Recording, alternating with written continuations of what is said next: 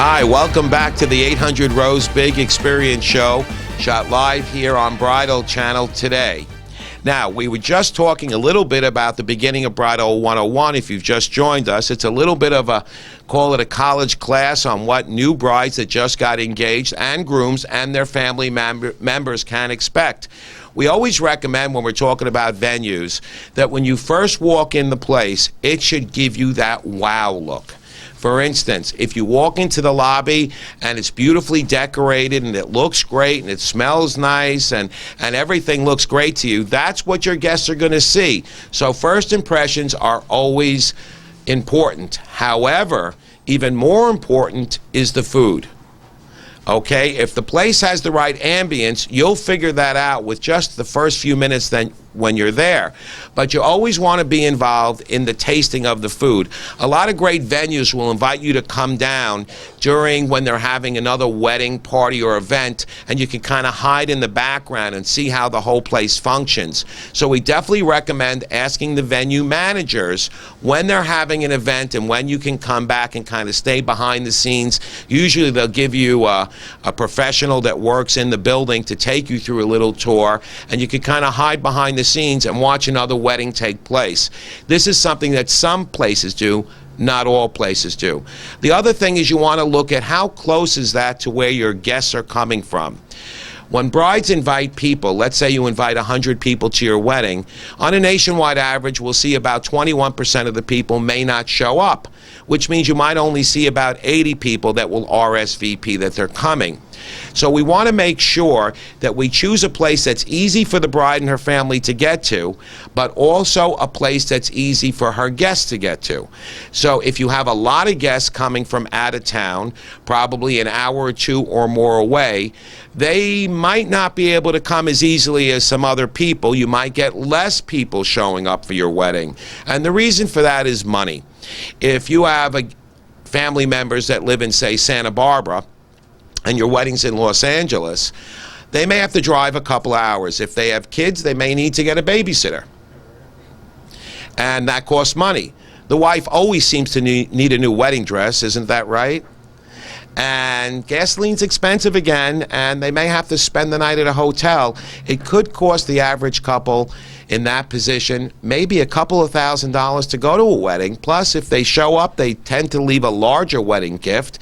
And for some people that are on a tight budget, it might be easier for them just to send a check in the mail with a nice card. So be prepared. Your guests that are coming from far away will maybe not that many show up. In addition, we also want to look at what destination brides do. Now, at 800 Rose Big, we deal with an enormous amount of destination brides from all over the country, whether you're in Phoenix or Denver, New Orleans or New York. So many brides are dying to get married in Southern California. We seem to be the top pick here at 800 Rose Big for those brides. We have a wonderful process for them, and we'll talk about that on another show.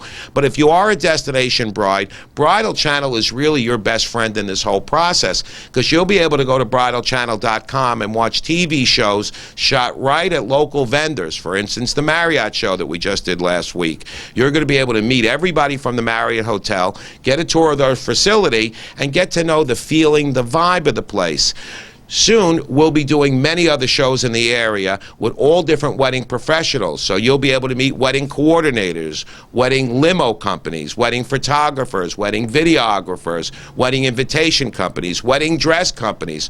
There's so many vendors that are coming on Bridal Channel that'll be on our TV shows, and your whole experience can happen from TV, sitting on your couch at home with your family members, either watching it on TV or on Roku. And Bridal Channel now is on broadcast TV. That's right, big old broadcast TV is coming back in a big time. Right now we got 1.2 million households that have broadcast TV in Southern California that can watch Bridal Channel Sunday nights at 10 o'clock. So you'd be surprised the reach of broadcast TV now. And you get the antenna at Costco. I got it the other day for $39, and The reception is now perfect. It's digital. It's a whole new ball game. We're going to talk more about that. And let's get back to Bridal 101. So we talked a little bit about the venues, and I want to talk about what do you do next? You found the venue, you shop price, you've asked them for the Bridal Channel special offers, and now you've picked your top venue. Now it's time to set the date, if you haven't said it already. Venues don't have a lot of open dates. You'll find that out as soon as you start asking about them. So you want to build the date of your wedding around your dream venue. For instance, if they have one weekend open and not the other one, you may have to move your date, and that's kind of common, so don't get upset about that. Changing the date of your wedding very early on in the process to accommodate the venue that you choose is normal, it's correct, and it's the right thing to do. You didn't make a mistake. I know this is your first time doing it, so I'm just letting you know that happens quite often.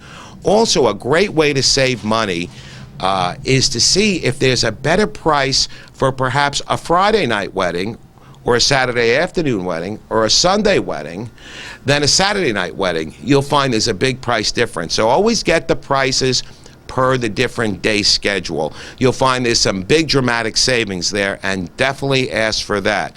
Okay, so now we've set the date, we've got the venue, we've chosen the best time to get married, and it seems to be in the right location. Now we're really getting cooking here on Bridal 101. Okay, so what do we do next? We've got the date. Now, there's several places to go after that.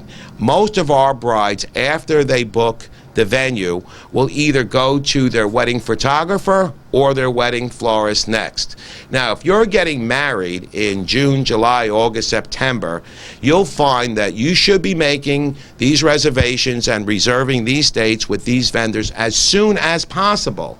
As soon as possible. If your wedding is on a Saturday, please make that reservation, reserve the date right away. And we always find that when you come here to 800 Rose Big, your floral options are just incredible. We do book brides typically 6 months to a year and a half out, but we are booked out for 2 years. With our half-price sale, we even have brides that come in literally days before the wedding that for one reason or another weren't going to do flowers, were on a tight budget, and at the last minute they were able to do flowers with us with our half-price sale. So there's lots of options and choices. We always recommend using vendors that are open 7 days a week. Since most weddings happen on Saturdays and Sundays, you want a vendor that's always going to be accessible for you. Now, we're going to talk a little bit more about this, but first, watch this great message.